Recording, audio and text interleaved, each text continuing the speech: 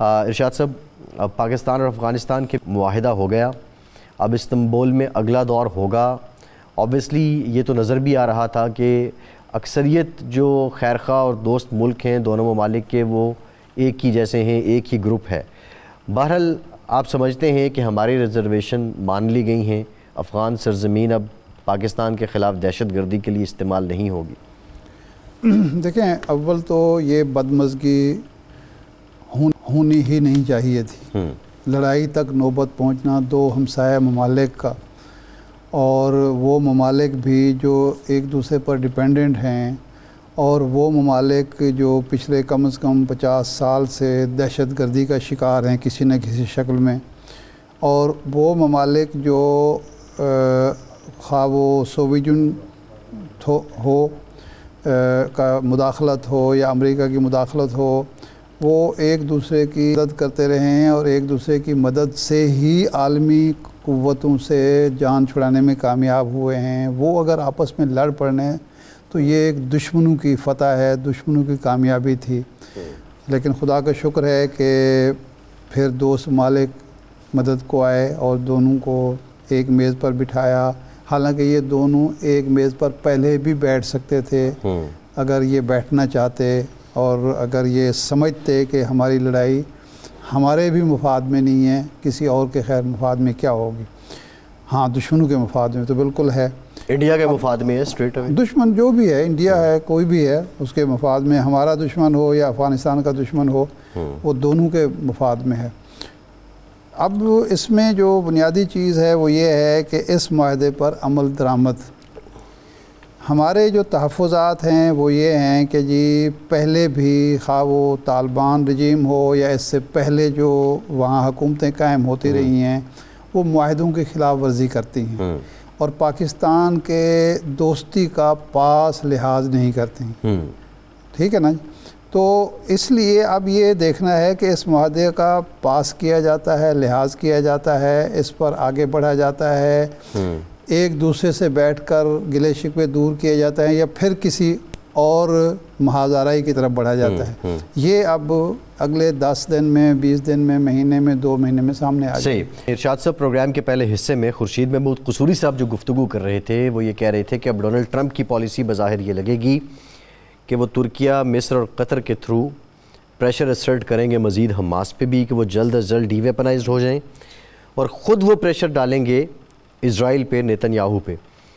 اب ٹھیک ہے، نظر آتا ہے پریشر وہ ڈالیں گے، ابھی ویٹکاف بھی وہاں آئے ہیں اسرائیل میں، لیکن کویسچن جو سب سے بڑا ہے، اس معاہدے کو پروموٹ بھی، اس کو پبلک بھی، اس کو اناؤنس بھی پریزیڈنٹ آف امریکہ نے کیا ہے۔ یہ اس وقت یو ایس گورنمنٹ اور U S public and U S establishment کے لیے ان کی ساکھ پہ کتنا بڑا کویسچن ہے اگر اسرائیل اس طرح کی خلاف ورزیاں کرتا ہے۔ بس صرف ساکھ کا تو کوئی معاملہ ہے ہی نہیں۔ اگر یہ ساکھ کا معاملہ ہوتا، امریکہ کبھی اپنی ساکھ کے حوالے سے کانشیس ہوتا، سینسٹیو ہوتا، تو اتنا ظلم اور بربریت جو 2 سال سے جاری تھی امریکہ میں، کوئی ایوان نمائندگان میں، کانگریس سینٹ میں، فوج میں، پینٹاگن میں، کہیں تو کوئی آواز بلند ہوتی کہ یہ ظلم ہو رہا ہے۔ پبلک نے کی، بہرحال یونیورسٹیز کے اسٹوڈنٹس نے کی۔ عام آدمی معصوم ہوتا ہے پوری دنیا کا، عام آدمی جو ہوتا ہے، اسی لیے تو حکومتیں کبھی بھی نہیں چاہتی کہ عام آدمی کی آواز جو ہے وہ مؤثر ہو، طاقتور ہو، کیونکہ وہ سچ بولتا ہے۔ عام آدمی جو ہوتا ہے وہ اپنے مفادات سے بھی بالاتر ہو کے حق اور سچ کی بات کر رہا ہوتا ہے۔ تو اسی لیے صدیوں سے ہم دیکھ رہے ہیں کہ عام آدمی کو دبایا جاتا ہے، اس پر ظلم کیا جاتا ہے، اس کو گھٹن کا شکار کیا جاتا ہے۔ میں بات کر رہا ہوں ان کے فیصلہ سازوں کی۔ کانگریس میں کتنے لوگوں نے آواز بلند کی، چند ہی آوازیں تھیں۔ اوورآل جو تھا وہ تو سارے اسرائیل کے ساتھ کھڑے تھے۔ فوج میں، پینٹاگن میں، وائٹ ہاؤس میں، even U N S C میں ویٹو کرتا رہا امریکہ، امریکہ 6 ویٹو کر چکا ہے۔ تو اس لیے یہ تو بات ساکھ والی تو نہ کریں۔ ہاں، البتہ مفادات کا معاملہ ہے۔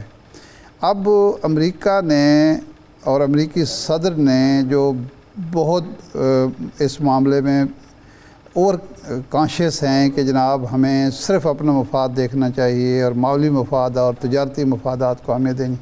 یہ دیکھنا ہے کہ کیا وہ اسرائیل کی خاطر عرب ممالک کو، مسلم ممالک کو، ترکی کو، مصر کو، سعودی عرب کو، قطر کو، یو اے ای کو، انڈونیشیا کو، پاکستان کو ناراض کر سکتے ہیں یا نہیں. پہلے وہ کرتے رہے ہیں، اس کوئی پرواہ نہیں. اب ہے معاملہ کیا وہ $3 ٹریلین کا جو معاملات چل رہے ہیں قطر، یو اے ای اور سعودی عرب کے، وہ اس کو نظر انداز کر سکتے ہیں یا نہیں، یا یہ برڈن اپنے اوپر بوجھ سوار رکھیں گے. یہ ہے اصل بنیادی تھی.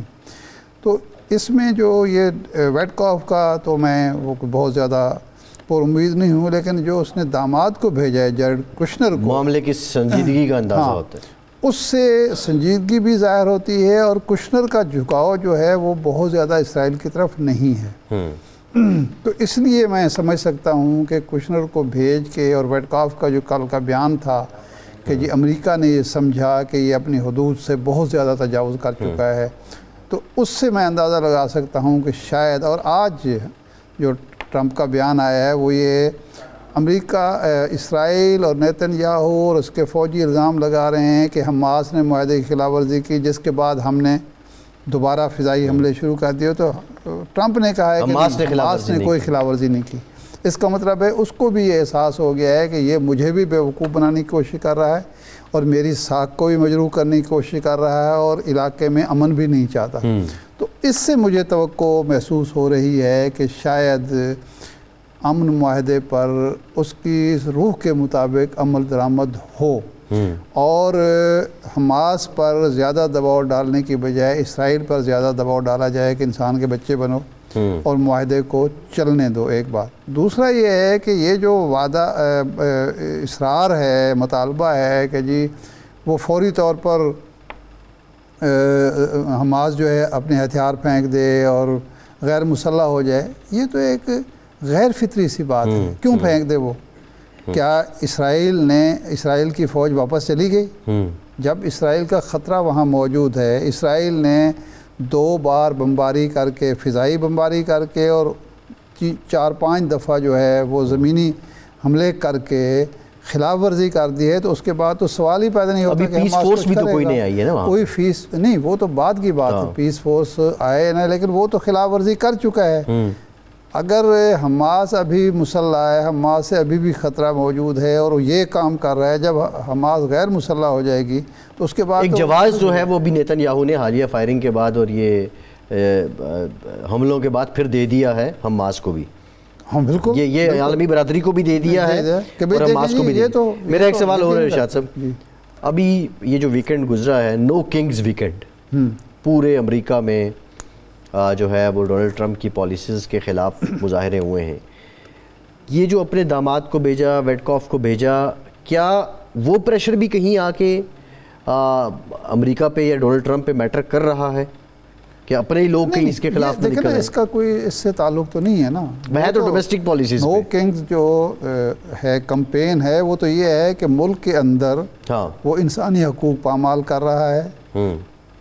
یعنی یونیورسٹیوں سے مطالبہ کرنا کہ جی وہ وہاں طالب علموں کو نکال دیں، لوگوں کو زبردستی نکالنے کی کوشش کرنا جو جائز قانونی ویزے پر ہیں، یا اس طرح کی پابندیاں لگانا، برتھ نیشنلٹی رولز ہیں. اور یعنی جو امریکہ کی ایک انفرادیت ہے، تو امتیاز چیزیں ہیں، وہ اس کو ختم کر رہا ہے. اور امریکی یہ محسوس کرتے ہیں کہ ہمارا جو سپر پاور کا ایک رول ہے وہ اس کو محدود کر رہا ہے، اور ہمیں جو آزادیاں ہمارے آئین نے دی ہیں اور جس کی وجہ سے ہم ایک آزادانہ زندگی بسر کرتے ہیں، ہمیں بولنے کی آزادی ہے، لکھنے کی آزادی ہے، رہنے کی آزادی ہے، اس کو یہ کم کر رہا ہے. تو وہ تحریک جو ہے وہ اس حوالے سے ہے، اور وہ بھی ایک مؤثر تحریک ہے کہ 70 لاکھ لوگ اگر امریکہ میں نکلے ہیں تو ظاہر بات ہے اس کا دباؤ تو ٹرمپ آئے گا، اور ٹرمپ کو سوچنا پڑے گا اپنی پالیسیز کے حوالے سے. بالکل ٹھیک ہے. ارشاد صاحب، پروگرام کا ٹائم ختم ہو گیا. بہت آپ کا آج کے پروگرام سے اتنا ہی، اجازت دیجیے.